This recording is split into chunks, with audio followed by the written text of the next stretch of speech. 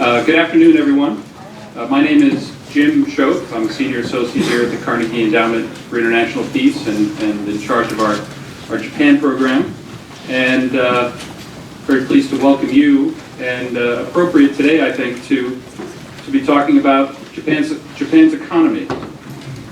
Our Japan program here at Carnegie tends to focus heavily on foreign policy issues and regional security issues and diplomatic challenges, but the foundation for all of this really is the economy, and the story about Japan's economy is quite dynamic right now. Arguably, economic policy is why the LDP and Prime Minister Abe are back in power in Japan.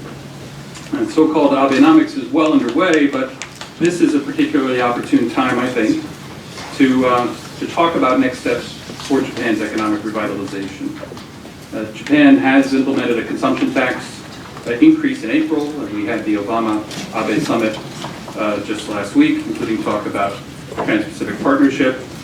And Japan is now finalizing its revised growth strategy, which we're expecting in June. And we couldn't ask for a better pair of people here to help us discuss these issues than Nishimura Sensei and Matt Goodman. Before I introduce our guests, I do want to highlight our collaboration with the US-Japan Research Institute for today's program, because USJI is the original inspiration. They had the original inspiration for this event, and we are co-hosting this with them. For those of you who aren't familiar with USJI, it was established in Washington as a nonprofit organization in 2009 by Japanese universities. Currently, 8 preeminent Japanese universities are members: Doshisha, Keio, Kyoto, Kyushu, Itsumeikan, Tokyo, Tsukuba, and Waseda are involved in the program, which includes research, partnering and networking, and dissemination. And I want to thank USJI's manager, Go Kobayashi, and his team for their cooperation in today's event. Let me turn to our formal introductions. Our featured guest speaker today is Yasutoshi Nishimura, an LDP Diet member of the House of Representatives from Kyogo District 9, and Senior Vice Minister in Japan's Cabinet Office responsible for, among other issues, economic revitalization, which relates to Social Security and tax reform, the Trans-Pacific Partnership, and Public Finance Initiative. He joined the Ministry of International Trade and Industry in 1985 after graduating from the University of Tokyo, so he's no stranger to these issues, and he later earned a graduate degree at the University of Maryland, for all of you Terrapin fans in the audience. First elected to the lower house in 2003 as an independent, and then joined the LDP and gained experience there as a parliamentary vice minister for foreign affairs, shadow minister of the economy, trade and industry, and shadow finance minister. He has been elected 4 times, and it's a great pleasure to welcome him to Carnegie here today. And following Nishimura Sensei's opening remarks, we're fortunate to have another one of our esteemed neighbors to be a discussant, Matthew Goodman, who is the William E. Simon Chair in Political Science, Political Economy at the Center for Strategic and International Studies. Matt continues to build a fascinating career here involving intertwining government service, business, and policy development. Prior to joining CSIS, he was the White House Coordinator for Asia-Pacific Economic Cooperation and the East Asia Summit. Before that, he worked as a Senior State Department Advisor to Undersecretary for Economic, Energy, and Agricultural Affairs. And his government experience includes stints at the U.S. Embassy in Tokyo and Treasury Department, and at the NSC a decade ago on Asian economic issues. And this in addition to his private sector experience at Goldman Sachs and Albright Stonebridge. Perhaps more important, he's a senpai of mine at SICE across the street, so I need to work that in. And I did not realize that you began your career as a financial journalist in Tokyo in 1983, of course, so I learned. So Nishimura Sensei and Matt Goodman were working on many of the same issues in the mid-1980s in Tokyo, and we get a chance to continue that dynamic today. So let me begin with our featured speaker, Senior Vice Minister Nishimura.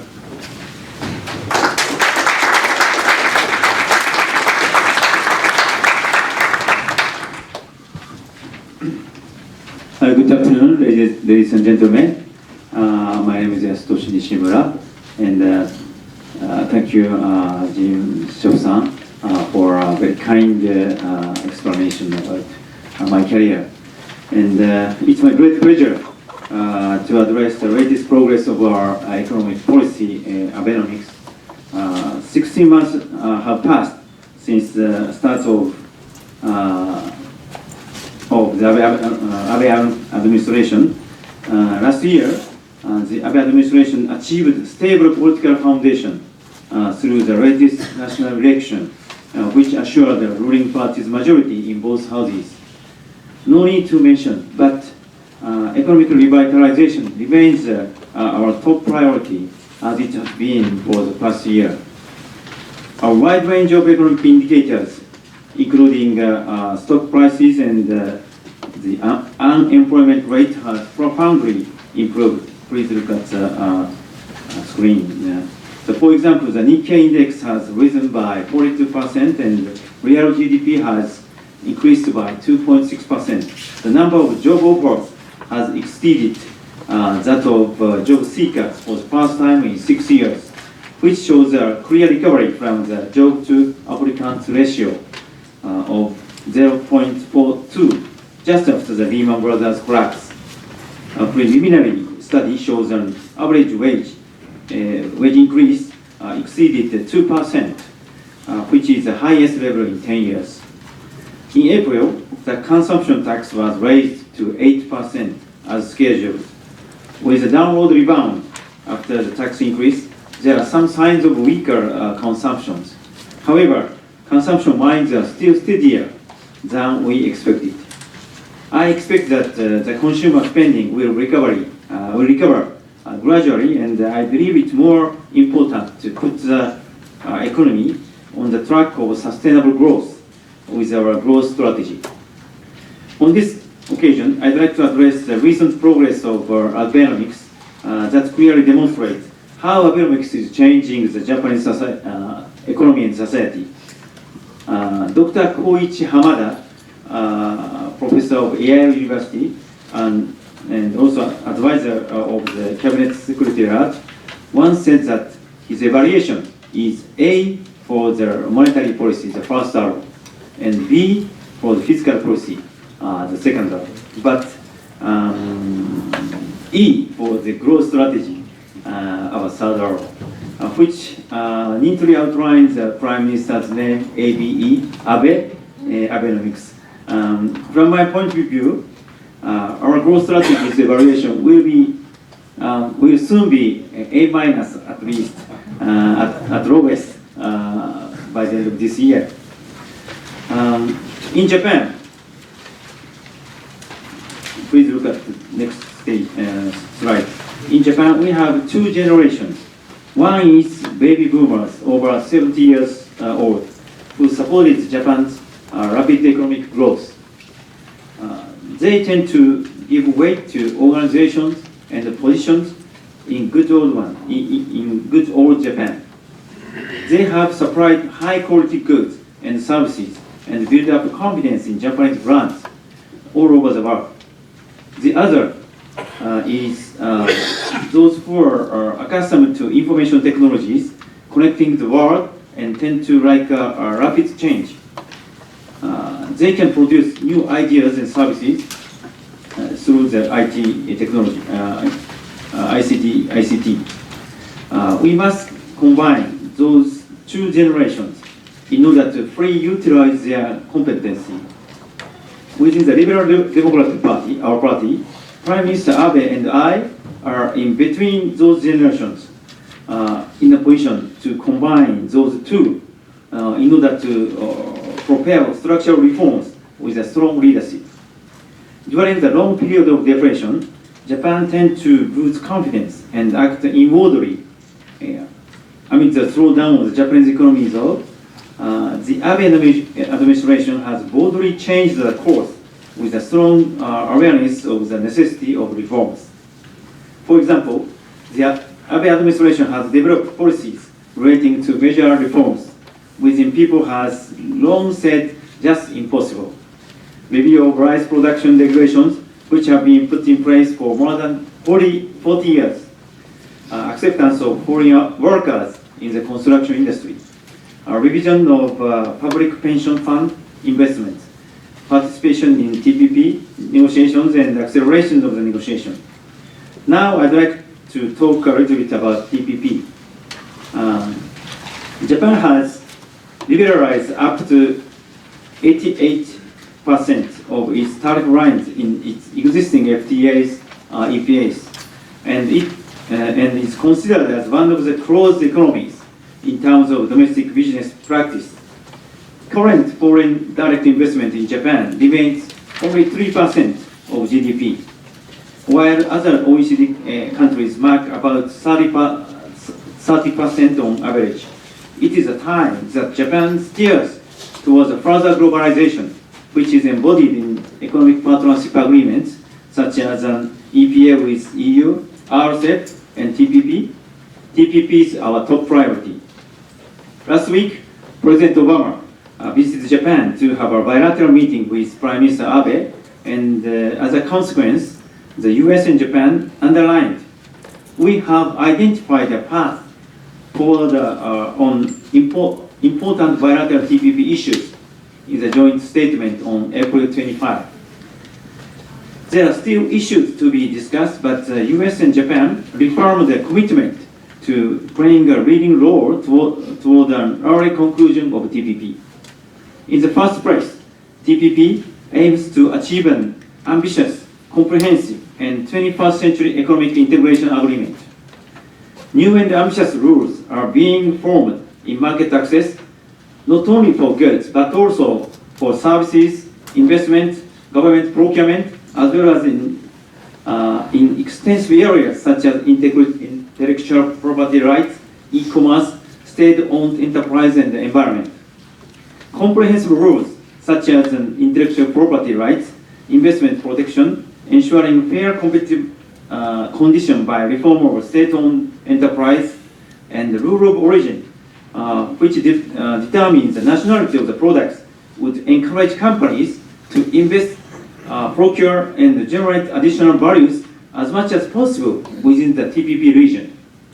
As a consequence, so-called global value chain or supply chain would be formed across the 12 TPP countries. In other words, Japan and American enterprises will prioritize and accelerate trade and investment within TPP 12 countries. Since their intellectual property rights and investment are protected, and they benefit from zero or lower rates of tariff based on the rules of origin. So, non-TPP countries might be excluded from these value chains. South Korea has started its preparatory negotiation to join the TPP, and China has also shown their very high interest in the TPP. This is because these countries began to realize the risk of being isolated from trade and investment in the region. This is exactly what the TPP aims at. It is common benefit for Japan and the US to encourage emerging countries to respect high standard rules which created by the 12 countries, and to extend the framework of TPP across the Asian Pacific region. Moreover, the TPP would contribute to creating the free and fair trade and investment environment and enhancing economic development in this region. Now Japan is proceeding ASEAN Plus 6 and RCEP negotiation in parallel with the TPP negotiation simultaneously. Ultimately, our goal is to achieve a high level of free trade and investment environment in the APEC countries, including Japan, the US, ASEAN, China, and South Korea. TPP is the foundation and the driving force of this goal. Based on those concepts, both Japan and the US share the common value of TPP.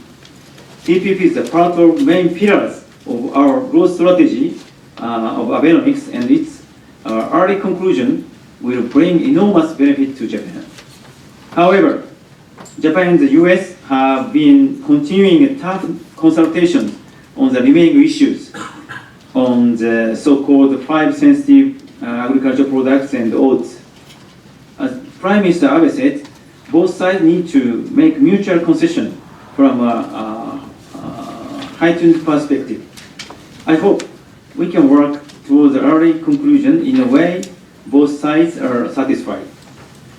Japan is steering its economy further towards liberalization more than ever, but will never accept the proposal which would destroy the foundation of Japanese agriculture. Please understand our position. In any case, as the statement said, we have identified a path forward on important TPP issues. This marks a key milestone in the TPP negotiations and will inject fresh momentum into the broader talks. It is important that Japan and the US work together and lead negotiations towards the early conclusion of TPP. The negotiations have been making steady progress. Now I'd like to address other main topics of the growth strategy. The first is the medical system.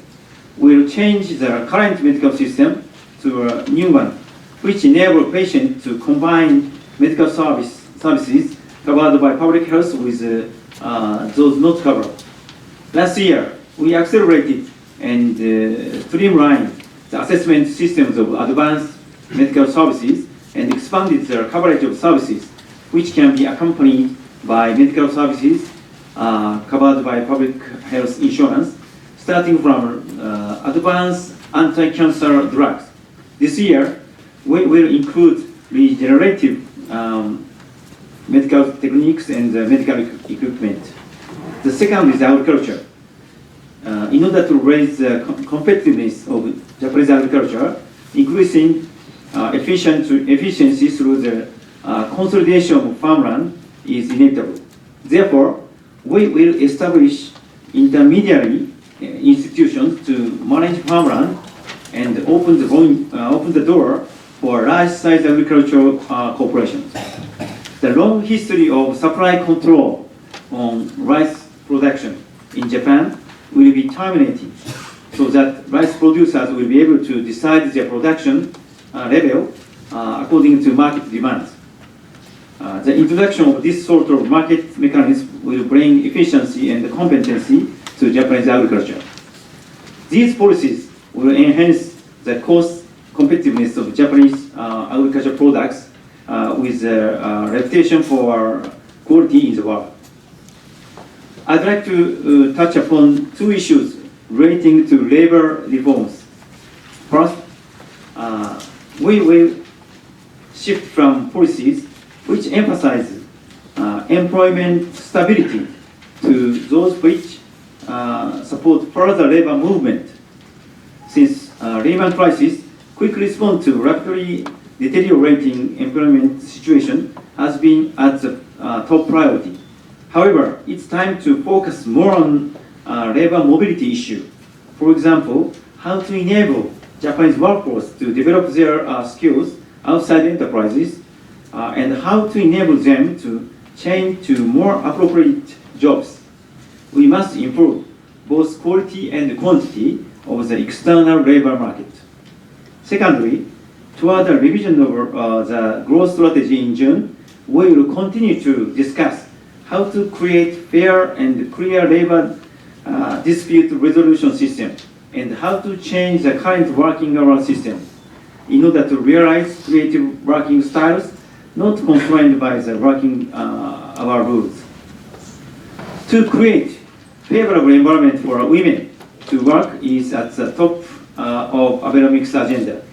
The labor force participation ratio of women in Japan is quite lower than most OECD members. Therefore, we must develop a favorable environment for them to work, to give them a chance to fulfill their potential outside their homes. At first, it is important to provide enough child care services in order to lower their burden of child care. By the end of fiscal year 2017, we will supply additional child care services capable of accommodating more than 400,000 children. In addition, we will continue further discussions on tax and social welfare systems which may have created disincentives for women to work. We need to welcome highly skilled professionals such as researchers abroad in order to promote innovations in Japan. Last December, immigration procedures were deregulated. Favorable treatment for professionals, including accompanying their parents or housekeepers, will be granted for them under the new procedures. Further measures have been proposed and we will put more efforts into getting the swift approval of the national diet. Japan will accept work-ready foreign workers in the construction markets as an urgent and temporary measure up to 2020. Total Olympics will be held in 2020. Foreign workers who have already finished the technical intern training in Japan will be allowed to work in the construction industry for up to 2 or 3 years. In addition, we are considering how to expand this technical intern training framework to accept a wider range of foreign workers. Although the effective corporate tax rate was reduced by 2.4% this April, we are continuing discussions by experts on the tax system, taking account of the OECD average rate of 25%, as well as intellectual competitiveness, the promotion of direct investment, and the realization of a positive growth cycle of the economy. We will try to reach some conclusion on the direction of the tax reform by June to reflect to the revised growth strategy. The fund management of the world's biggest public fund will change a great deal. Last year, the expert panel in the Cabinet Secretariat proposed that public and quasi-public funds should revise their fund management and governance. The Japan's government pension investment fund, called GPIF, consisting of around 1.2 trillion US dollars, have started to lower its domestic bond ratio and to revise its portfolio by launching infrastructure investments and introducing new benchmarks. As I explained, we have committed to fundamental reforms which we were not able to be tackled before, and therefore it's quite important to raise Japan as a target to investment. Investment chances in Japan have been increasing in the wide range of markets, and please check handout on the issue later for the details. Now I'd like to close my presentation. This year, I will make the third arrow to be evaluated A by Professor Hamada, and then the 3 arrows strategy to be called not Abenomics but Abenomics. Please keep closely watching further reforms in Japan and count on outcomes in future. Thank you very much.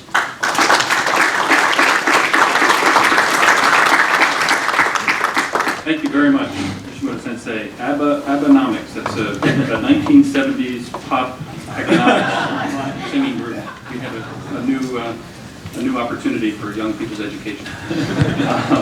Well, it's a great opportunity for us to hear from you directly now about these issues, and we haven't even, we're enhancing that opportunity by having Matt Goodman with us, and few people are better positioned who know Japan and Japan's economy well and the history of U.S.-Japan trade interaction, and has worked directly on many of these issues.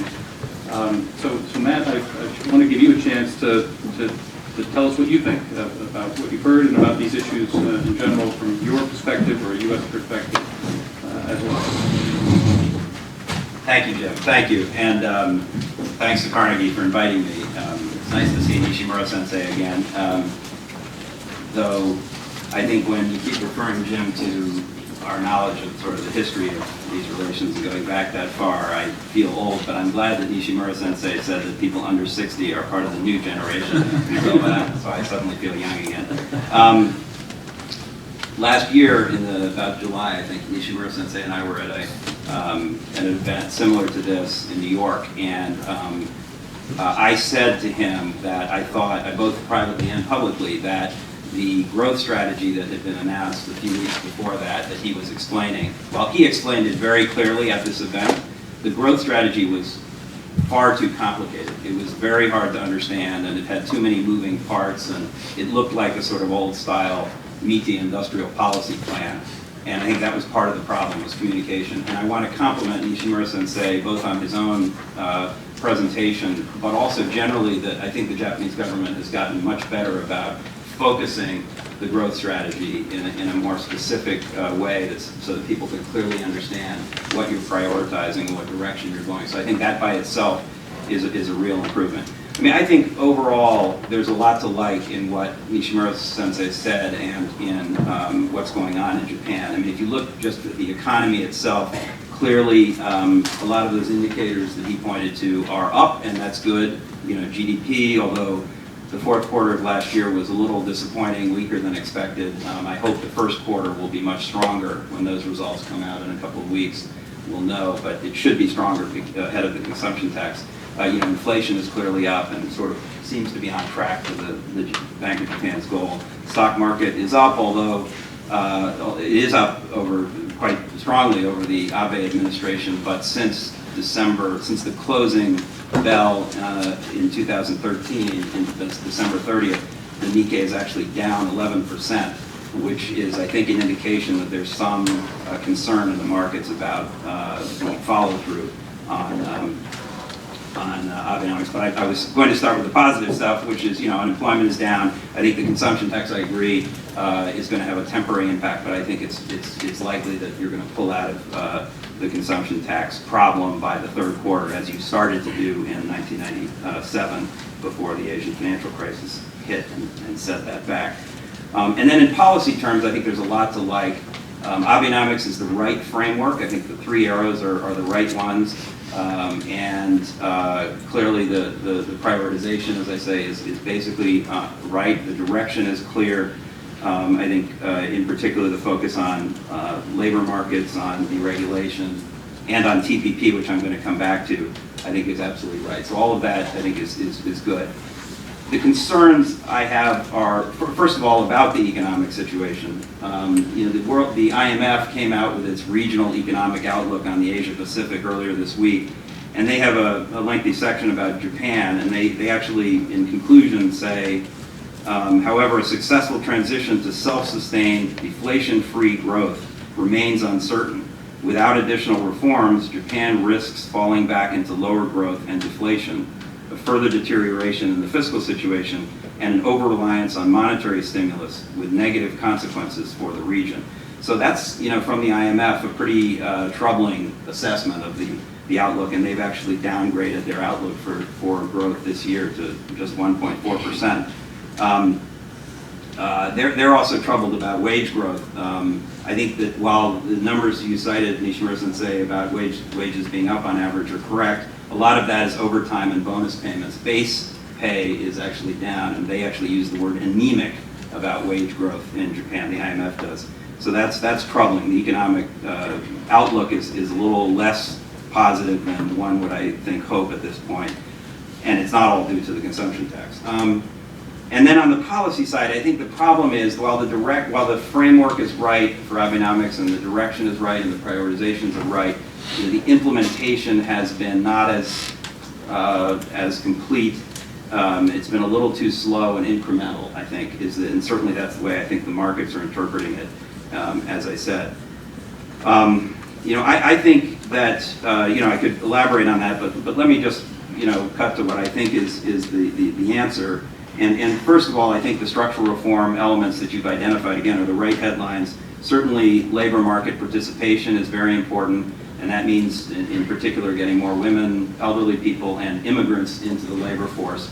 And to me, in a way, this is really the first place to start because, you know, if you look at your macro textbook, you know, on page 1, it says that growth is really a function of two basic things, you know, which are the number of people and the amount each person can produce, productivity, right? So you got to work on both of those things. But the productivity stuff is going to be much harder and take longer. And whereas the number of people, again, there are constraints to that, but your labor force is declining at a rather dramatic rate. And it's important to find a new source of actual, participation in the market. So I think that's something that you should usually focus on. And just in terms of one idea, and it's not my idea, a couple of years ago, I had a dinner in Tokyo, and a Japanese economist, and I'm embarrassed to say I can't remember which economist it was at this dinner, had a great idea, which was on immigration, which was that I think there's a Japanese language test offered around the world, and every year something like 5 million people take it, and I think 50,000 people pass this exam. And this professor said you should give every single one of those people a green card. Just let them into Japan, because if you can pass that test, believe me, for those of you who don't speak Japanese, you deserve to live in Japan. So I think that's, I'm not joking, that would be, I think, a serious thing that you could actually just act on right away, simply. And then labor market flexibility, which is a different issue from participation, and I think that the issues you've identified are the right ones, and I think you should keep working on those things. Bolder deregulation, I think, would be good. The special zones are useful, but I think if you can deregulate medical technology in Tokyo, you should be able to do it all over Japan. So it feels like you should move as quickly as you can to deregulating some of these long over-regulated sectors.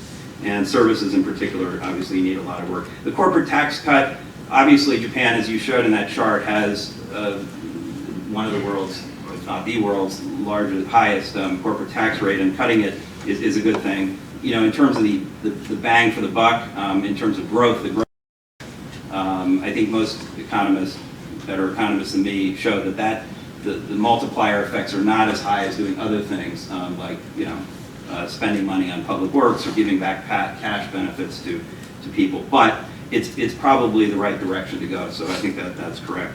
The problem with all of these things is that they are, or most of those issues in the structural reform area, is that there are deeply embedded sort of social mores that have to change, I think, in line with, and governments can shape those things. Certainly in the U.S. experience, that's been the case.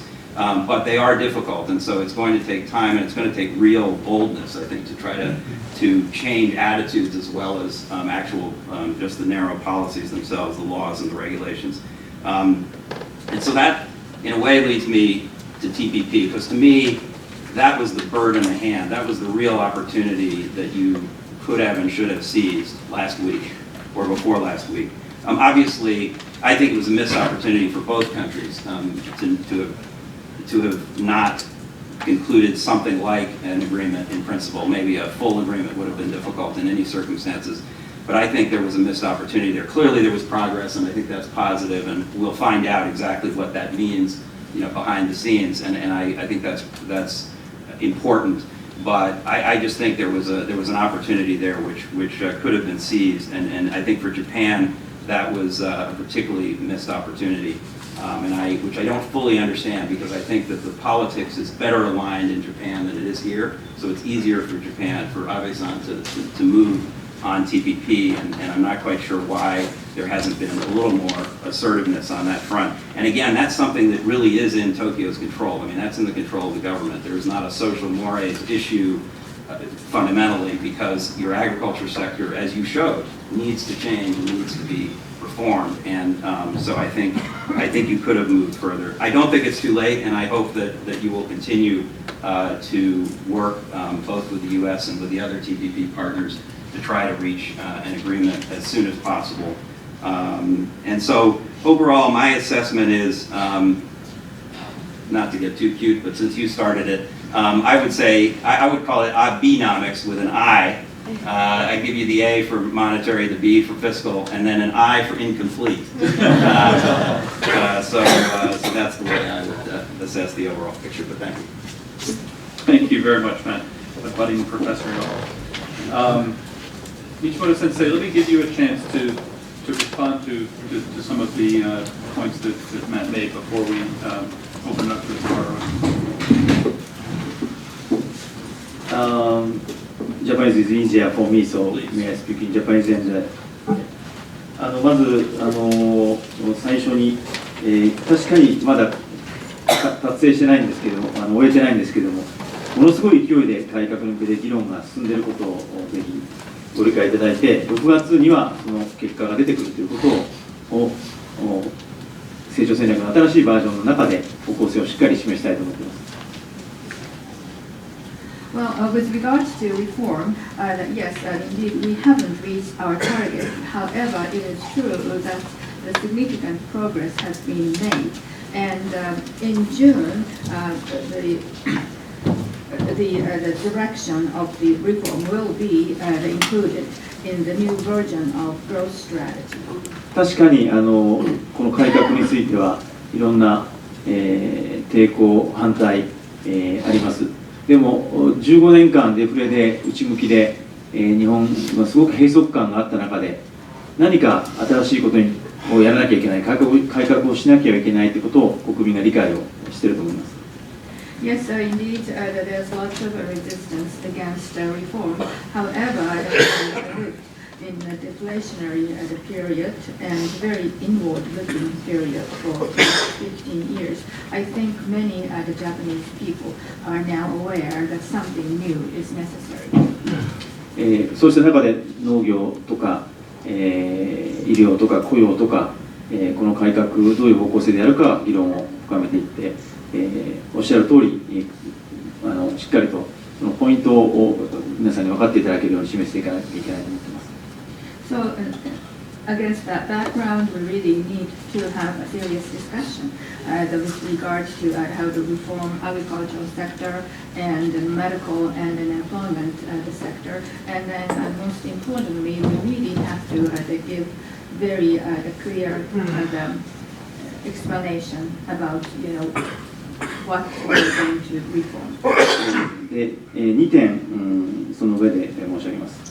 So I just would like to comment on following two things. 一つは人口労働力が減るということについてです。First, the fact that population is declining in Japan. このままいきますと、ざっくり平均的に言うと毎年、80万人ぐらいずつ人口が減りますので、50年で4000万人ぐらい減るということになります。So if this trend were to continue, then every year we're going to have 800,000 less people in Japan. That means in 50 years, 40 million people. There will be 40 million people lost. その結果、2060年には8000万人台半ば、8600万人ぐらいになります。And then that means that in 2060, the total population of Japan is going to be 86 million. 今から4000万人減るということですね。Meaning there will be a reduction by 40 million. この人口を、仮に、出生率を2030年までに 2にすれば、今 1.4 ぐらいですけども、2になれば1億人ぐらいで安定をしてきます。However, if we were to raise a birth rate, which is currently 1.4 to 2% by 2030, then we can stably maintain the population of about 100 million. これは相当難しいことなんですけども、女性の就業率が増えると出生率も上がるという最近の先進国の傾向が明らかに見られています。It is very difficult to achieve. However, if you look at the other countries in the world, you can see the tendency or the trend is that if the more women participate in labor force, then the birth rate will grow. しかも去年1年間で女性の労働参加率は急激に増えました。アベノミクスがウーマノミクスと言われるように女性の活躍の場を増やそうということに力を入れている、そういうメッセージが伝わってきているんだと思います。And then the women's participation in labor force drastically increased last year. That probably is the effect of Abenomics, which sometimes called Womenomics. And I think that a lot of the people began to understand that there is a strong emphasis on women empowerment. それからよく労働人口も減ると言われる中で、64歳までの労働人口で計算をすることが多いですが、70歳まで働けるようになれば、69歳まで働けるようになれば、元気な人が働いてもらえれば、この労働人口の落ち込みもさらにカバーできます。Also, often is said that the labor the population is also the people in the workforce. The number of them is going to decline. But if we were to raise the retirement age from 64 to 69, then we can stop the decline of the people in labor workforce. それから先ほどジョークのように言われた、グリーンカードを出せばいいんじゃないかという外国人のことですけども、単純な労働者として日本に定住するような形での移民はやらないということを安倍総理ははっきり言われています。And then Mr. Goodman jokingly said about giving the green card to those who are focusing in Japanese. The Prime Minister Abe very emphatically said that he would not allow to give the green cards to the people without the skill. 一方で先ほど申し上げたように高度な技術を持っておられる、研究者とか IT の関係者とか金融機関の方とかこういう方はどんどん日本に来てほしいというこれは規制を緩和しましたし、さらに、一定の技能の研修という形でこの枠を拡大していこうということを考えています。And then also, however, we relaxed the regulation with regard to the immigration of the foreigners with very high level of skills, including the researchers and IT professionals and so forth. And also, we would like to expand the people coming to Japan by way of establishing the training the programs. さらに直接関係ないですけども経済効果という意味では非常に大きなものとして観光に来る方のビザの緩和があります。去年ビザの緩和をして、初めて1000万人の観光客が日本に来ました。今年3月までですでに去年の 70% を上回っています。去年も 70% 上回っています。And also for something which have economic impact is the tourism. And then we relaxed the requirements for the visa. And as a result of that, for the first time, the number of tourists to Japan exceeded 10 million last year. And this year, as of March, the number of tourists is 70% higher than that of last year. 今年さらにビザの緩和をしようと思ってますので、できるだけ早く2000万人に達するように努力をしていきたいと思います。And then the plan is to further relax the visa requirement this year, and we would like to continue to make efforts to have 20 million tourists in Japan per year. もう一点 TPP について申し上げます。And then I would like to make some comments on TPP. 先ほども申し上げましたけれども、二国間の交渉で、かなりの進展があったと思います。And as a result of bilateral negotiations, significant progress was made. もちろんまだ、詰めなきゃいけない、ところは残っておりますので、距離がかなり縮まってきたということですけど、まだ残っておりますので、で残っているところは難しいところですから、これは、相当な努力をまだ要しますけれども、ようやく先が見えてきたという感じだと思います。And still the details need to be worked out, but definitely the distance between Japan and the United States became shorter.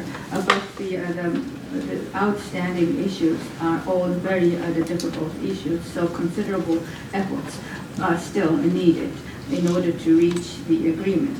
However, now that we see the light at the end of the tunnel. 今後、12カ国とさらに、まずは首席交渉官レベルで交渉再開をすることになると思いますし、その上で、妥結に向けて、交渉が進むということを期待したいと思います。So among the 12 participating the nations, the negotiation that would be resumed soon at the chief negotiators the level, and then hopefully that the negotiation will progress and eventually reach the agreement. その際、先ほど申し上げた知的財産の方とかインベストメントの方とか、これは日米の共通の利益でありますし、日米がこれをリードして早期妥結に向けてぜひ連携をしていきたいと思います。And in the area of the intellectual property protection and investment protection, those are the areas both Japan and the United States have keen interest, and then the appropriate protection would benefit both the countries. So Japan and the United States should cooperate and coordinate so that the agreement is reached sooner rather than later. 国会で、日本の国会でよくアメリカは TPA を取ってないのに交渉していいのかということをよく聞かれます。In the Diet session, I often ask a question whether or not we should continue negotiating with the United States, even though the United States government is not given TPA.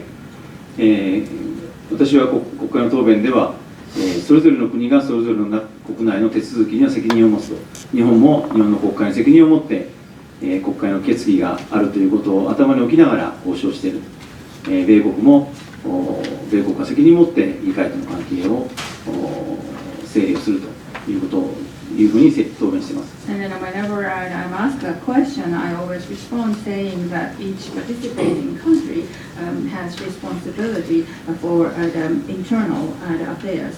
So as far as Japan is concerned, we negotiate, always having in mind that the result of the negotiation would require resolution in the Diet. So I say that the United States definitely is dealing with the internal process with responsible manner. 昨日、今日、議会の関係者ともいろいろ話する中で、TPA、なかなか、そう簡単でないことを改めて、感じました。I've had some meetings with the members of the Congress yesterday and today, and then I got the impression TPA would not be easy. この TPP の交渉は12カ国はそれぞれ利害が、錯綜しながらですね、ガラス細工のように積み上げていって今最後のところに近づいてますので、これをもし、この後もう一度再交渉のようなことになればとても一つ部品を外すと全部崩れてしまいますので、とてもそれは応じられない話だと思いますので、そのことを私も、議会の関係者にお話ししてきました。Well, the TPP has 12 participating nations, and each has its own interests, and then so that it's almost like putting the small the glass pieces together, and then we managed to put most of the pieces together, and then we are now at the final stage of the completion. So if this becomes subject to renegotiation for one reason or the other, or if that one part is removed, there is a danger that the whole thing would collapse. So that's something I tried communicating with the members of Congress. いずれにしてもそれぞれの国が、手続きのことを頭に置きながら、より良い結果になるように、最後妥結に向けてぜひ今後も努力をしていきたいと思いますし、日米でリーダーシップを取っていきたいと思います。So each country should keep in mind all the internal process required to make this the agreement possible, and based on that, we should continue to negotiate in order to get the good results, and for that, Japan and the United States should continue to play the role of leadership. Thank you. I want to reach out to the audience for some questions. I have one quick question, if I may, and I'd like a quick reaction perhaps from Nishimura Sensei and also from Matt. On TPP, I think the question on a lot of our minds is a lot of effort was put into the meeting leading up to the Obama-Abe summit, round-the-clock negotiations. We had this great opportunity. Some progress was made, but we fell short. And the question is what do you think was the key reason, or what's still out there in terms of why we could not get over that hump? Was it we just didn't have enough time, or is there still some kind of broad gap in the way we're approaching this, or how we prioritize it, or is there just one single issue that's still hanging out there, and once that comes together, what's the nature of the reason of why we couldn't get there in your mind? 2つ申し上げたいと思います。Two things I would like to mention. 一つは21世紀型のハイレベルの非常に広範囲にわたる野心のあるルールも含めた、協定を作ろうとしているというその志の高いものを作ろうとしているがゆえに、困難さを伴っているんだと思います。Well, the aim of this the agreement is to come up with the 21st century, the high-level, very broad-based, ambitious negotiations. Because we are really aiming very high, that is making the negotiations even harder. 環境とか労働とかあるいは電子商取引とか新しい21世紀にふさわしいそうしたテーマ、これまであんまりその貿易の協定に入ってこなかったようなテーマも含めて議論してますので、この点は新しいルールを作るという意味で、長い時間をかけて議論していきたいという一つの理由です。Because we're dealing with the environment issues, labor issues, e-commerce issues, those are the things which were not really included in trade agreements which were concluded in the past. So we are trying to come up with the new rules, and that's the reason why it is taking a lot of time. 2つ目が、日米が象徴的、日米の交渉は象徴的ですけれども、高いレベルのものを目指して、自由化率を極めて高いレベルに上げていく努力をしているからです。And then secondly, as symbolized by Japan-U.S. negotiations, that we are aiming very high in terms of the degree of liberalization of the market. So that's also making this negotiation very difficult. 先ほど申し上げたように日本はこれまで 88.4% しか自由化してこなかったこれまでの FTA ではですね、それをかなり高いレベル、まだ数字は言えませんけれども、高いレベルのものになるように、努力をしてますので、そういった面もあります。In the FTAs concluded in the past, the degree or percentage of liberalization of Japanese market was 88.4%. But this time, we are trying to raise the percentage much higher than that, although I cannot disclose a specific number. So we are making efforts towards that goal. Thank you. Matt, what's your impression? Well, my parents, like I'm sure all of your parents, taught me that things that are worth having are hard. And clearly this is something worth having, and therefore it's hard. I mean, it's not like we haven't been working with Japan for the last 30 years or more to try to resolve some of these market access issues, particularly in agriculture. And we were trying to compress all of that into a 10-month period. Japan was late to the table, understandably difficult to try to, even sort of resolve all the technical issues. But I think in the end,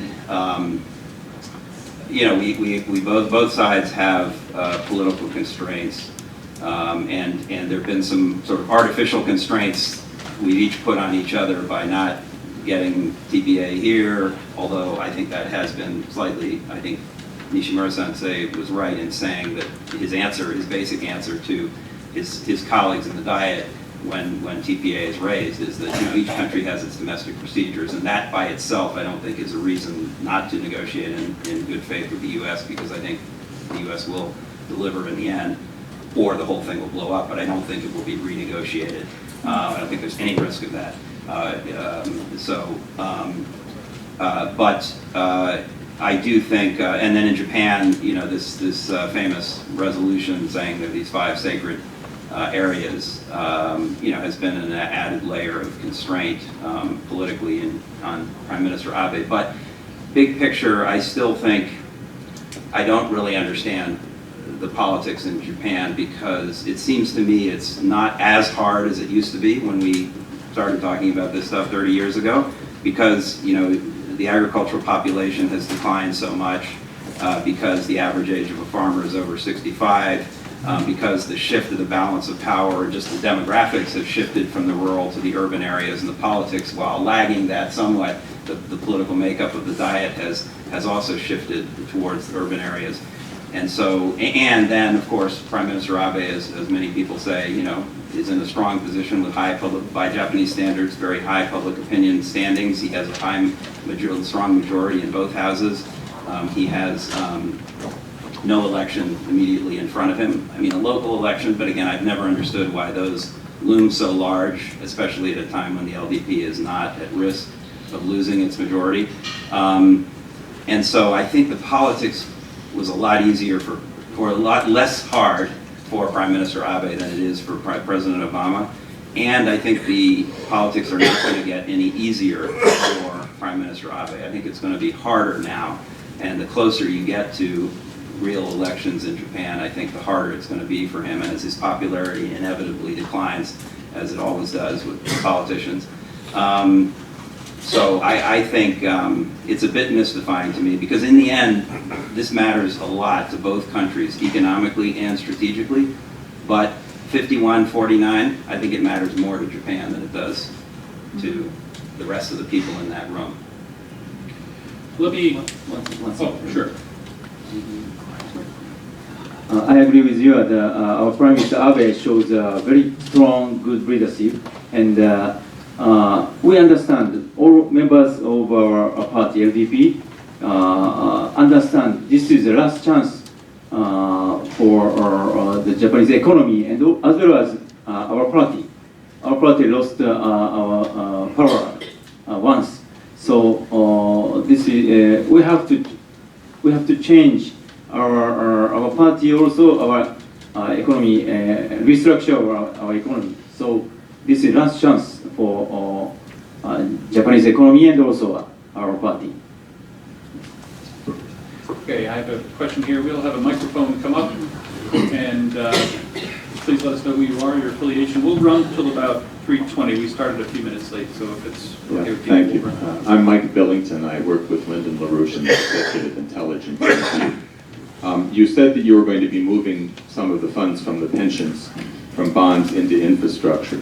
A Japanese economist friend told me that you also were going to allow, for the first time, that those funds be invested overseas in infrastructure, especially in rail, in order to get Japan more engaged in the Russian Far East and China and Southeast Asia. Could you comment on that? GPIF をはじめと、GPIF を中心にファンドの改革、ポートフォリオを変えていくということを今行っています。And then, yes, that we are trying to change the way that we manage funds in GPIF, and particularly the proportion or the structure of portfolio. その一環として、もうすでにカナダの年金と一緒に連携をして、海外の案件も含めてインフラファンドに投資をしようということをすでに発表しています。And already, we have already announced that together with Canadian pension funds, that we are going to invest in infrastructure funds, including the ones overseas. その他にも今いろいろとその枠組み、やり方を検討が進んでいると思いますので、今後ポートフォリオの見直しの期間で、いろんな可能性はあると思います。So then we are trying to come up with a new way of doing the business, a new way of making investment, and also creating a new framework for investment and money management. So there is a lot of the possibilities with regard to what the fund can own in its portfolio. Thank you. Okay, I have a question here.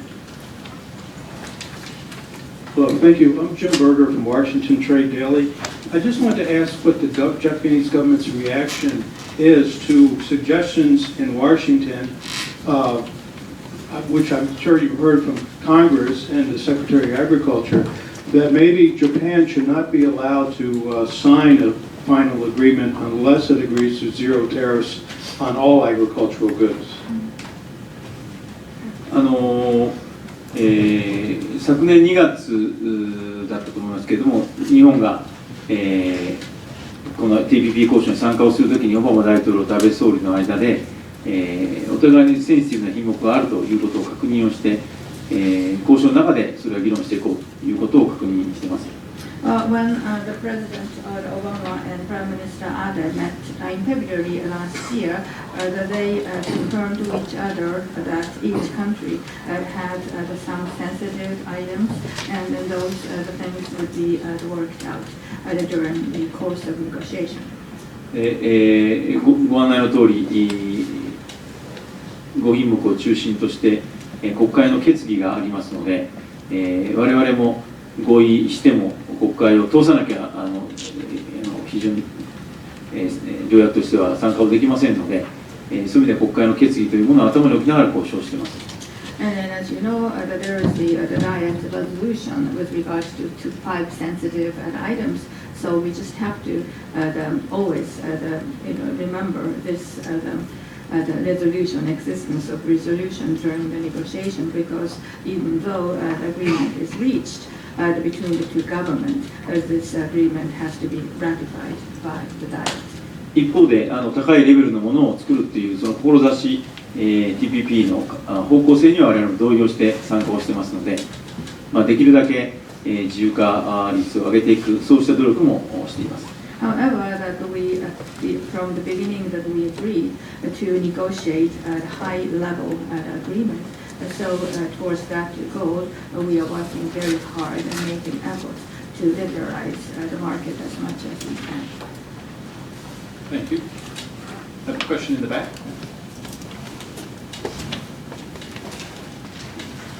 Steve Winters, Washington-based researcher. Some Western investment advisors have told me that they have become concerned because to them it appears that in Japan everything has been staked on the success of Abenomics. I mean, they can understand why, having chosen Abenomics as a direction to resolve the difficulties in Japan, the focus is there. But what they say is there's no plan B, and were Abenomics to peter out or whatever, they're very concerned about it. So is this like an unintended consequence? And what occurs to me is, wouldn't it also be a good idea to encourage in Japan, at think tanks or wherever, universities, to continue to consider alternatives for the future of Japan? And I can think of many intelligent Japanese, for instance, Joey Ito, head of MIT Media Lab now, who's expressed some thoughts about this, to encourage that type of thinking, and then perhaps these investors wouldn't be so worried.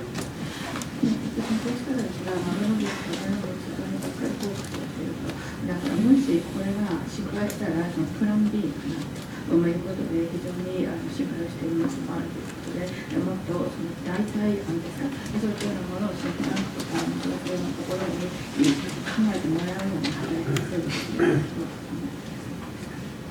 倍総理もいつも言われてますけれども、この道しかないということです。Well, as the Prime Minister says time and time again, he believes this is the only way forward. 15年間デフレが続きましたので、まずデフレから脱却しなきゃいけないと、そのための日銀の金融緩和も行われたわけです。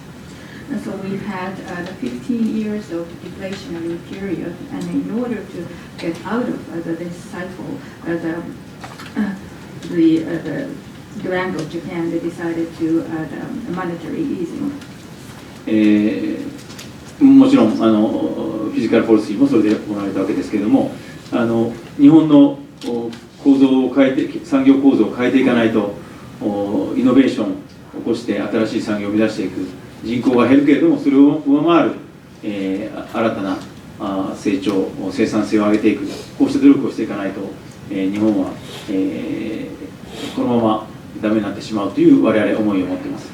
And then we took the set of fiscal the measures as part of Abenomics as well. And then we really feel that the structural the reform is necessary in Japanese the industrial sector. And as we see population declining, we really have to encourage innovation and increase the productivity. That's the only way forward. Otherwise, Japan will decline. この示され我々がやろうとしていることはもう過去からずっと言われてきたようなことが多いわけですので、もうメニューが決まっているんだと思います。これをやるしかないということだと思います。And then those the things we try to do, they are not the new things. You know, we've been talking about those things for a long time. So I think the menu is already set. I would just add, I don't really think there's a plan B. I think Abenomics is the right prescription. It's got the right elements. I mean, I'm trying to lose weight, and you either do more exercise, you eat more you eat fewer calories. I mean, the alternative is to just stay overweight. I think, and for Japan, and to get less healthy. And I think for Japan, with those demographic numbers that Nishimura Sensei cited, I mean, I know there is some aspiration. I don't know the work you referred to, but there's some aspiration for sort of living in the greenhouse and having a nice, life. But I don't think that's realistic with the demographic numbers that Nishimura Sensei has cited. Well, I think we have time for one more question. If someone would like, yes. Doug Bergner with Global Policy Group. Thank you for your remarks. Very helpful. You've discussed some of the potential problem areas for TPP, but one subject has not been mentioned is really the automotive industry. Does this mean this is no longer a deal breaker in terms of TPP discussions?